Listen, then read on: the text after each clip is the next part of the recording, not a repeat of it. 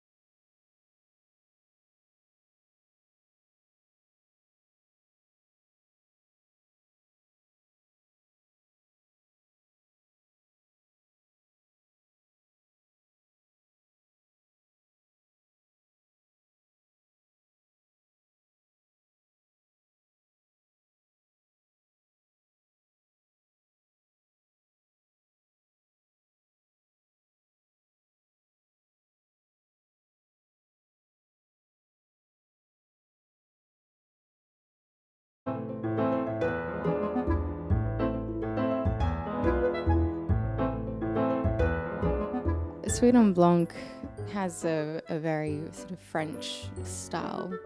I do a very sort of clean, natural look for Sauvignon Blanc. There's not much you need to put on top of this piece. It's a very clean, fresh look. Lipstick colour is a very individual thing. Everyone has their own shade of red that they wear on their lips. That's what makes it so elegant, you know, it's the red lip and the simple clean lines.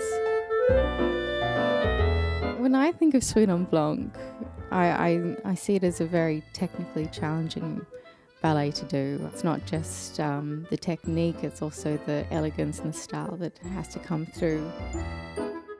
It's a big classical ballet and everyone gets out on stage and feels elegant and feels like a ballerina. It's a beautiful showcase of ballet and its technique at its height.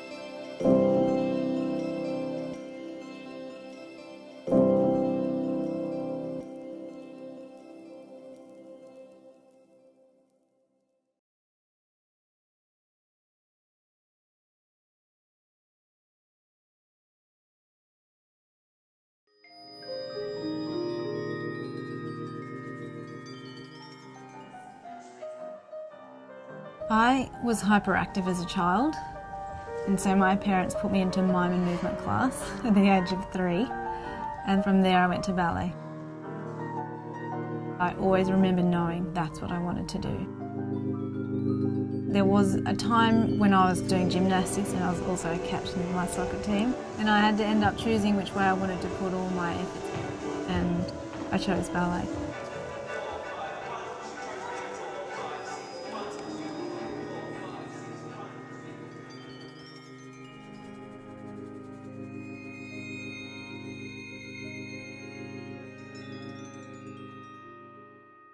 A lot of people don't realise that ballet is all-consuming.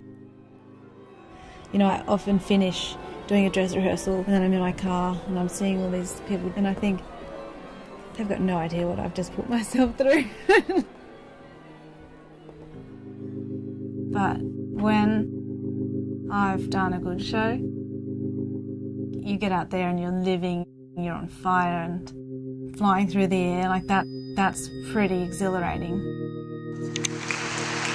I'm always striving for that.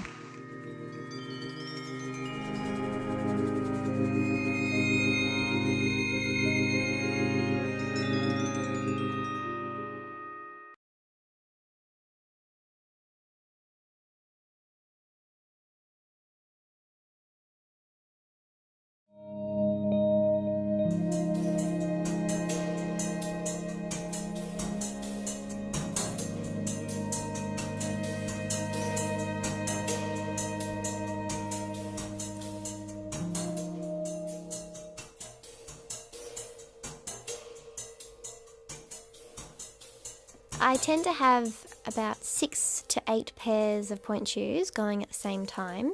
I have a really soft broken in pair, a pair that's good for jumping in, a pair that's stage perfect, and then I have about 3 pairs that are nearly perfect and 1 really hard pair just to save me if a few of them die quicker than I thought. Your feet do change depending on repertoire, holidays, workload, strength. You go through a lot of trial shoes. It's a long process. My first pair of pointe shoes I wore 24/7. I'd always wanted to have pointe shoes and I finally got them, so that's what it meant to me.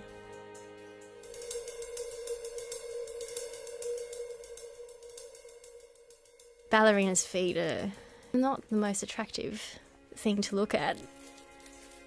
Or the calluses. They may look ugly, but it protects your feet. Our teacher used to say, soak your feet in methylated spirits so the skin would harden up. I guess we all have our individual tailoring of our shoes. I shellac my pointe shoes just to extend the lifespan of the shoe. Some dancers don't wear anything at all in their shoes, but I'm a bit of a wimp. I wear ouch pouches. Everyone's different. You just learn these things as you go through older members of the company that want to share their little secrets with you.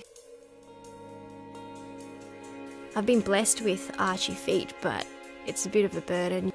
To keep them strong, you've got to do a lot more strengthening than someone who's got straighter feet. It's all about technique and strength. It's something that we all keep on working towards. Like, you can just never ever be strong enough.